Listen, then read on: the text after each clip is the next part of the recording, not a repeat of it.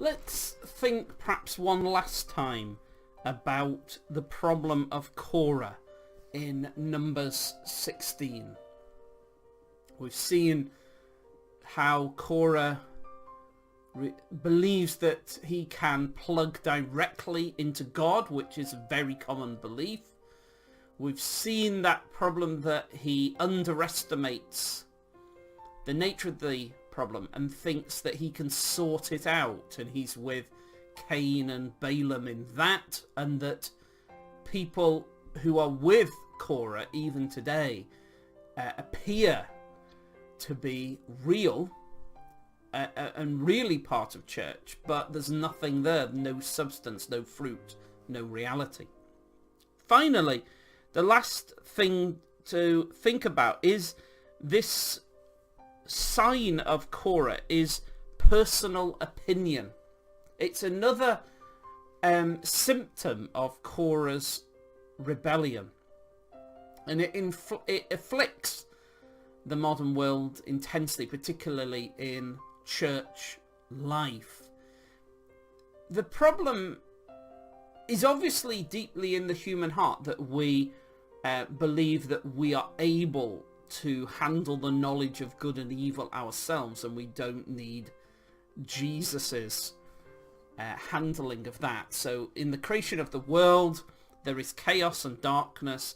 The Father speaks out Jesus, and he comes forward to make those divisions between darkness and light, day and night, sea and land, and all these things that he does, and divides up creation, puts boundaries in place, says yes and no, and so on.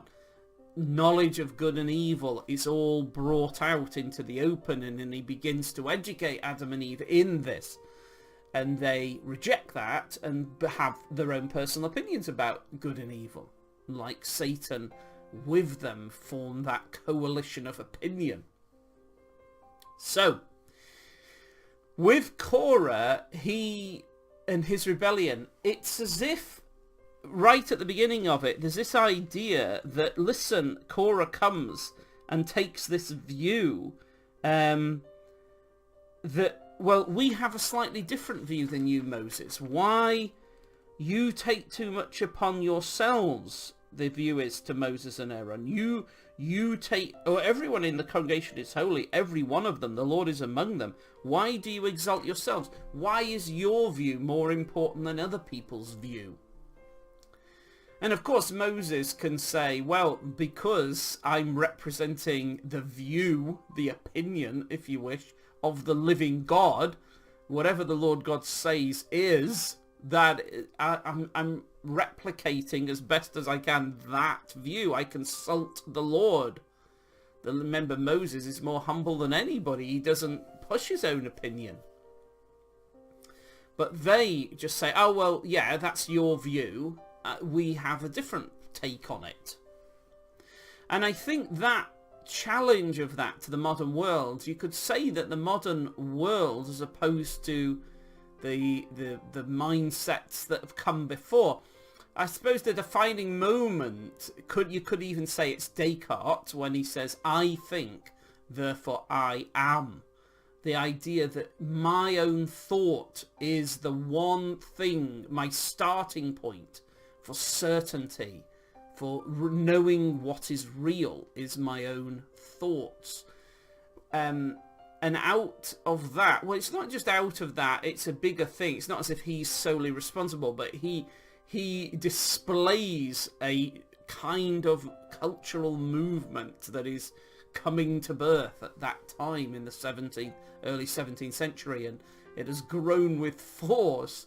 So we feel it very intensely, the way that people feel they can define themselves almost however they want, regardless of biology, science, anything really. The idea is I can be whatever I want to be. That is what perhaps a slogan of our age is, and it's considered to be a positive thing. You can be whatever you want to be. And the idea being that other people cannot constrain that, and other people's expectations are irrelevant, and all these sorts of things. You can, you be what. But in truth, are we achieving, impossibly great things? I think the vast majority of people actually feel crushed down rather than lifted up. So it's this issue that if we define our own reality, is it any good? Is it a noble grand vision? And again, I notice how much we want to escape into fantasy worlds where we can feel the characters that we have, or in the box sets where we live vicariously through characters who do have significance and do things that matter and are heroic, fight for causes and things. It's almost because in our real world there's nothing like that. There are no real causes to fight for, and there isn't that sense of good and evil or doing things that have great significance. All of that is connected to Korah's rebellion, because if we, and even as a minister, I found that in certain church circles, one of the first questions that sometimes people ask when we get into conversation or discussion is, what's your view on, what's your take on this subject, this Bible passage? As if what's kind of interesting is sharing our opinions about things, and then we can debate it, discuss it, whatever, rather than the fundamental reality being this, there's this handing down of the mind of Christ through his church, and our primary goal is to faithfully pass on not our opinions, but what has been faithfully handed on by Christ to church. Do you see what I mean? And so with Korah's rebellion, it manifests this idea that I know, and that other people, other, like church authority, or even really the authority of the Bible, even people who claim to put themselves under the authority of the Bible and Christ and church, can say things, like, well, yeah, I'm not really persuaded by that. I like to see it this way. And it's just that kind of assumption that matters in the end. And it's a hard thing to root this out of even our own hearts. The idea that our opinion is important. And we're like, of course it's important. But is it? Is it?